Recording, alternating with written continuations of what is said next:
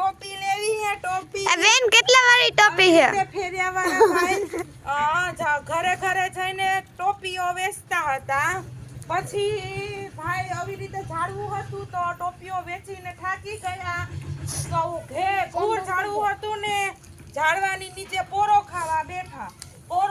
બેઠા અને ટોપીઓ રાખી બધી નીચે અને લાંબા થઈને મસ્તીનો ઠંડો ઠંડો પવન આવતો તો અને ફેરિયાવાળા ભાઈને ચડી ગઈ નીંદર અને ફેરિયાવાળા ભાઈ તો ઘસાટ હો નીંદરમાં સૂઈ ગયા એટલી વારમાં તો વાનર સેના ઝાડવા ઉપર હતી કોણ હતું વાંદરાઓ ઝાડવા ઉપર બેઠા હતા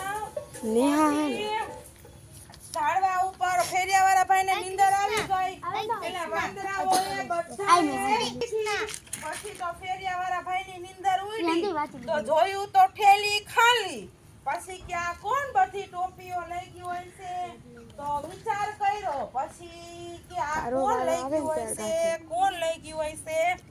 પછી તો ઉપર ધ્યાન પડ્યું ને તો બધા વાંદરાઓએ ટોપી ઓઢીને બેઠા હતા સરસ મજાના હો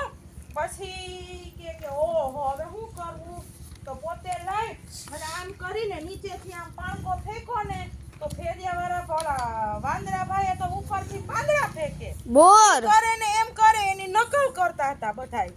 પછી કે આ મારી નકલ કરે છે આનામાં અક્કલ નથી નકલ કરે ને એનામાં અક્કલ ઓછી હોય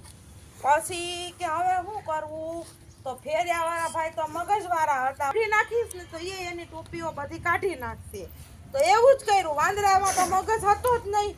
પછી ફેરિયાવાળા ભાઈએ ટોપી કાઢી ને ઈ ફેંકી જ વાંદરામાં બધાએ ટોપી કાઢીને નીચે નાખી દીધી અને ફેરિયાવાળા ભાઈએ બધી ટોપીઓ લઈને થેલીમાં નાખી અને થઈ ગયા આગળ વધતા ગયા અને ટોપીઓ બધી આવી ગઈ એટલે આમાંથી આપણને જાણવા મળે છે કે કોઈની